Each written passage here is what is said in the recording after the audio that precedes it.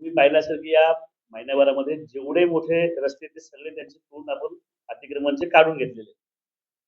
त्यामुळे सोलापूर रोडची बऱ्यापैकी ट्रॅफिकची व्यवस्था किंवा तुमचे मधल्या काळात आम्ही ते BRTचे पण सगळे स्टँड काढून घेतले. त्यामुळे तिथे आता थोडी फार राहिलेली नाही. कात्रज कोंढ रोड डेव्हलप करतो, वेगळे नवीन पर्याय उपलब्ध करतो.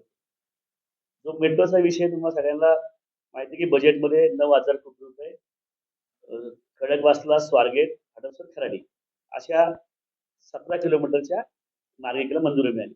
आता सरकारकडून ती मान्यता झाली आहे, बजेट ओपन झाले. आता ते केंद्राकडे त्याची मान्यता होऊन स्थानिक स्वराज्य संस्थेचा किती निधी अशातलं ते वर्षभरामध्ये त्याचं काम सुरू होण्याची आम्ही शक्यता आहे.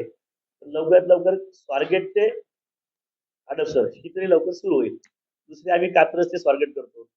आम्ही मागणी केली की कात्रज ते फातिमानगर असं एक नवीन मार्ग करा.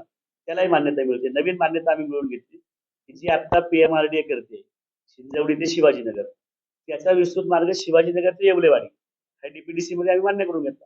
आता DPDCच्या निधीसारांचं सरकारकडनं मान्य केलं त्याच्याही मान्यता मिळाली. त्यामुळे हे खरं आहे की शेवटी पुणेकरांच्या 52 साली सुरू झालेली महापालिका हडपसरकरांवरती काय मान्य करत आलेलीच आहे.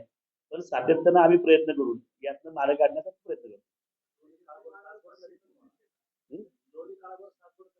नाही, ही आता खडकवासला ते खराडी आहे. दोन्ही काळवत सासवड ही पुढच्या टप्प्यामध्ये आहे. पण या मार्गिकेला मान्यता मिळाली, त्याला बजेटही मिळाले.